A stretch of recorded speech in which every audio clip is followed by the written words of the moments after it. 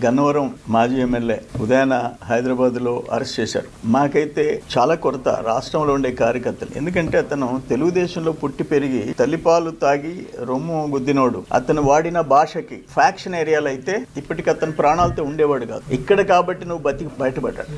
ఒక క్రూర మృగం, ఒక దుర్మార్గుడు వాడే భాష మాట్లాడినాడు. అది ఎందుకు ఈ జిల్లాల్లో వాళ్ళు ఎందుకు సహించారు అది మేము జీర్ణించుకోలేకపోయినాం. ఈ రోజు అరెస్ట్ చేస్తే కూడా అక్కడ నాటకాలు ఆడాడు. అక్కడ డ్రెస్ చేసుకొని వస్తానని చెప్పి అందరికీ రెచ్చగొట్టి ఫోన్లు చేసి ఆపేదానికి ప్రయత్నం చేశాడు. నేనేమంటానంటే నువ్వు గన్నవరం పార్టీ కార్యాలయం మీద చేసిన దాడి ఎప్పుడన్నా చూసామా? కార్లు తగలబెట్టించావు, మొత్తం ఫర్నిచర్ ధ్వంసం చేశావు, మనుషుల్ని చంపపోయినావు. ఆ కేసులో ఈ రోజు కంప్లైనెంట్ అక్కడ వాచ్మెన్, ఒక అటెండర్, అతన్ని భయపెట్టి దుర్మార్గంగా విత్డ్రా చేయించడానికి ప్రయత్నం చేశావు. ఈ రోజు ఏమైంది? నీ బతుకు బయటపడింది, బట్టబయలైంది.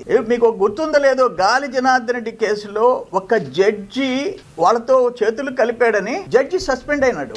జడ్జి ఆత్మహత్య చేసుకున్నాడు. ఈ రోజు ఆ పని చేశావు. ఒక పేదవాడిని భయపెట్టి ప్రాణాలు తీస్తానని భయపెట్టి తీసుకోపోయి కేసు విత్డ్రాయల్ అన్నావు. ఏమైపోయింది ఈ రోజు?